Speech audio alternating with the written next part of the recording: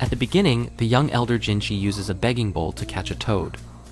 In traditional Chinese culture, the toad symbolizes wealth, suggesting that even as a monk, Elder Jinchi still harbors thoughts of greed. As he follows the toad, gradually moving deeper, this signifies the expansion of his greed. The scene where Elder Jinchi walks into the forest also implies that he will be controlled by his own greed, step by step falling into a deeper abyss. The reason the black bear demon does not harm him is that, although the black bear demon is a monster, he is also a disciple of the Bodhisattva, Guanyan, and possesses a heart that aspires toward Zen and Buddhism.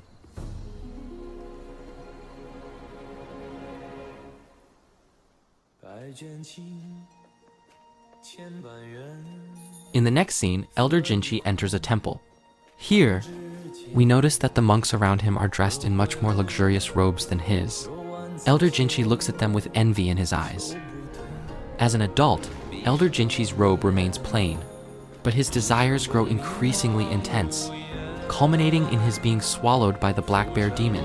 With the black bear demon's help, Elder Jinchi gradually rises to higher positions, eventually wearing the robe and staff of an enlightened high monk.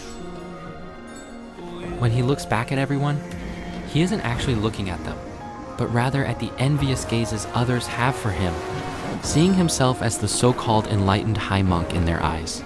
After achieving this position, he begins to amass a large collection of robes to satisfy his greedy desires, satirizing certain enlightened high monks in real life. In the 1986 television adaptation of Journey to the West, there are two details that highlight Elder Jinchi's greed. The first is when Elder Jinchi offers Tang Sanzang a cup of tea, using a precious porcelain cup.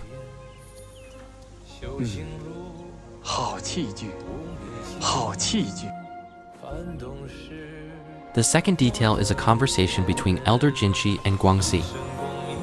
再批1天，留他们住10晚，您就再批10天。哎，就是留他半年，也只能批半年。Tang Sanzang's arrival here, Elder Jinchi's greed reaches an uncontrollable level. He desperately wants to possess Tang Sanzang's cassock. With this cassock, he believes he wouldn't just be a high monk, but a living Buddha because Tang Sanzang's cassock was truly gifted by Buddha himself. However, this cassock doesn't belong to him, and he is not the true living Buddha. Therefore, to prove himself, he tries to seize the cassock and wear it. Driven by his desires, this enlightened monk resorts to the actions of a bandit, committing murder and theft, erasing any evidence of the crime.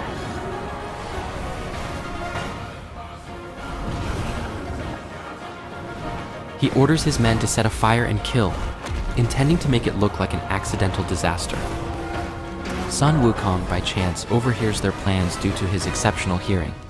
He then borrows a protective fire shield that only covers Tang Sanzang's quarters, leaving the rest of the place to burn down, including Elder Jinchi's position. The only way to defeat the inner demon is to confront it and let go. For example, if you want to prove to others that you don't care about certain things, you first have to possess them. If you don't wear branded clothes and watches, live in luxury houses and drive fancy cars, how would others know how well you are doing? 长老他为何偏偏放不下一件衣裳？若不披上这件衣裳，众生又怎知我尘缘已断，金海尽干？